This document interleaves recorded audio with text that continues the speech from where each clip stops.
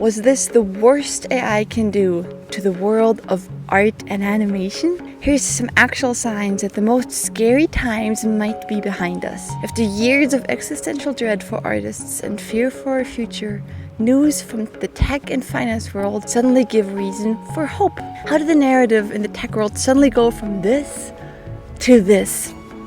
How is the quality and capability of generated AI art stagnating despite all the money that flows into it? Why are people calling the AI hype a bubble now? The surprising shift in tone makes it look like we're facing a very different future than what we artists have been threatened with for years. So where does that leave our community of terrified creatives? Where are we at in the world of art and animation regarding the threats of generative AI? And can we maybe, just maybe, finally stop holding our breath about this topic?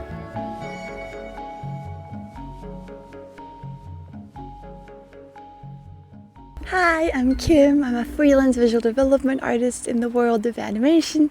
And if you're like me, you might find this whole topic so scary that you might tend to always shy away from it and look the other way whenever someone talks about generative AI and how fast it's growing and how powerful it's getting, how much money is thrown into it, and how it might potentially shape our future as artists. But recently, the tone in US tech companies and finance worlds have been slowly shifting, and I mean dramatically shifting. And while we of course never know what the future might bring, I think we have a real reason to be carefully optimistic here. It all started a few weeks ago when Sam Altman, the CEO of OpenAI, gave a private dinner and admitted to OpenAI having really screwed up. People might have gotten overly excited about AI, that some investors will probably lose eventually a lot of money to generative AI, and he even used the word bubble. And people have been kind of losing their shit over it. The reason for this statement was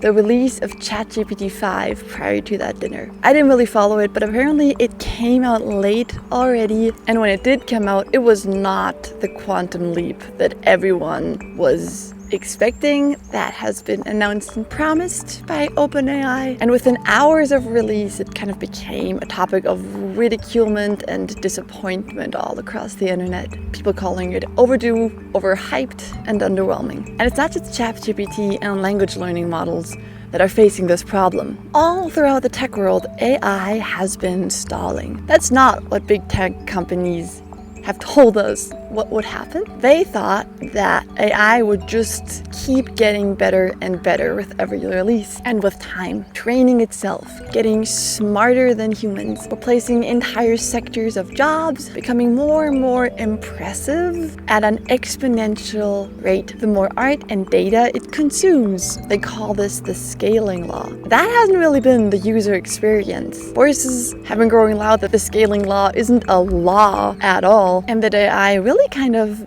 has been hitting a wall for a while now. Back then, Sam Altman denied there ever being a wall. And honestly, I don't know from personal experience because I really try avoiding AI in my personal life. But I do obviously see the AI art and animation all over the internet. And I personally haven't been feeling like they're getting that much better. I think arguably AI in the overall internet has kind of been getting worse and more sloppy, even though so much money and energy is being poured into generative AI. If you want to learn more details about how crazy the finance thing of AI is, I'm not a pro in that, but I highly recommend watching Vash's video on that. But if I understand correctly, right now more money is being invested in AI in the US than is spent in the US on shopping. In 2024, already the 8 largest tech companies in the US made up more than half of the US stock market. The 4 biggest companies, Amazon, Meta, Google, and Microsoft, invested $100 billion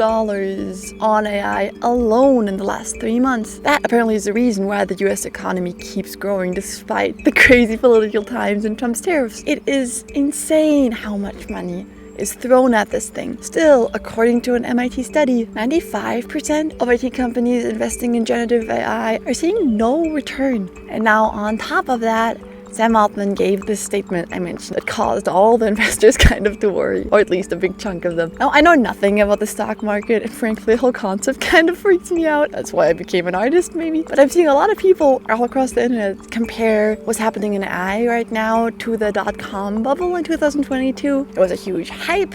It burst, and through, I guess, a big snowball effect, all the investors just started running for their lives, and the company lost 78% of its peak, which is estimated was about $5 trillion back then. And the AI hype is bigger than the dot-com bubble was. Now, obviously, I don't know if the same thing is going to happen to AI. My gut feeling is that nothing in nature in the world can grow forever unless it destroys its host and takes us all down with it. But I do know that a part of the investors have been carefully, slowly backing out of AI already, causing Nvidia, the chip company that's now, I think, the world's first company that cracked $4 trillion. They're so rich, but they lost about 3.5%. Palantir sank 10% in last week. It looks like investing in AI solely because it's AI is taken with a little bit more of a grain of salt now. Maybe investors want to see it improve again first, which it hasn't really been doing. Now, it's important to note that just like websites didn't disappear after the dot-com bubble burst, AI is not going away anymore. It's here and it's here to stay. But what I am saying, it is not getting exponentially better by itself like predicted. It ran out of data to consume a while ago, and if investors stop pouring endless money into it now, there is a real reason to believe that AI right now kind of reached the peak of what it can do. If it's a bubble or not doesn't really matter, but what does matter is if this is the best it can do, and there's no reason for artists to be worried anymore. If AI stopped improving now, it will always be a tool and not a replacement for artists. Right now, if someone were to try and generate a feature-length animated movie, there would be noticeable quality issues. Significant problems with characters looking uncanny, characters changing from scene to scene, being inconsistent, characters having extra hands and limbs, characters not really being relatable, all that stuff. The animation would be floaty and lack sincerity. It would be generic and not authentic. Yes, it wouldn't cost that person generating that movie any money, basically, but he can't make money from it either due to copyright laws or it might also backfire, like in the last screenwriter screening in London. And I'm asking you, would you watch it with your precious time? Would you spend 90 minutes watching a movie that took no heart and no money and no time to make? I don't think so. I think you'd rather watch K-pop Demon Hunters. It took 7 to 9 years to make. So much heart, so many own stories, so much figuring out, so much back and forth on design, so much talent and human experience and human messiness, I'm sure. And yes, it's insanely expensive to make. But it also exploded. It became Netflix's most watched film ever in history, and everyone's talking about it, and changed the world. That's why studios aren't touching AI, I think. Hollywood hasn't produced a single AI-generated film yet. It's not good enough yet, it's not helpful enough yet, it's not legal enough yet, and it won't be anytime soon. And it's risky. And we know that major Hollywood studios don't like taking a lot of risks these days. Live action Lilo and Stitch and Toy Story 5 are the proof. They'd rather redo the same thing that worked in the past over and over again because they know what's working. And so far, at least in the art world, AI hasn't been working. Sure, it has its purpose. It eliminates tedious tasks and gathers information. But if it stays like this, it won't ever be able to successfully replace humans, and it won't cut 90% of labor costs in production, as Jeffrey Katzenberg famously stated about a year ago. Instead, DreamWorks Animation today is actively taking a stance against AI. They put an explicit warning in the end of their new movie Bad Guys 2 in the credits against AI training and people using the movie in any way, and they're prioritizing human artists over generative AI. So while these are still super scary times and we cannot predict what's gonna happen, I think all of this gives us a reason to be hopeful about our future, and our place in this world. In a way, AI has taught artists why our voices are in fact needed in this world.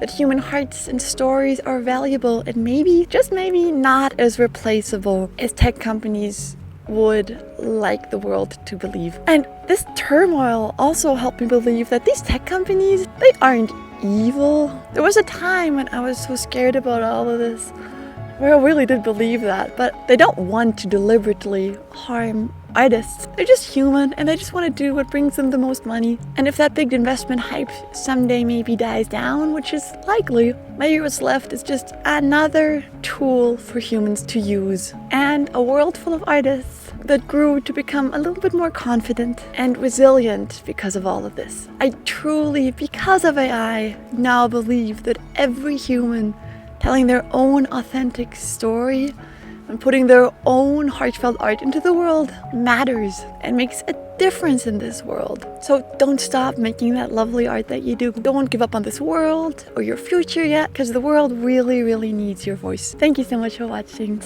Happy creating. Bye-bye.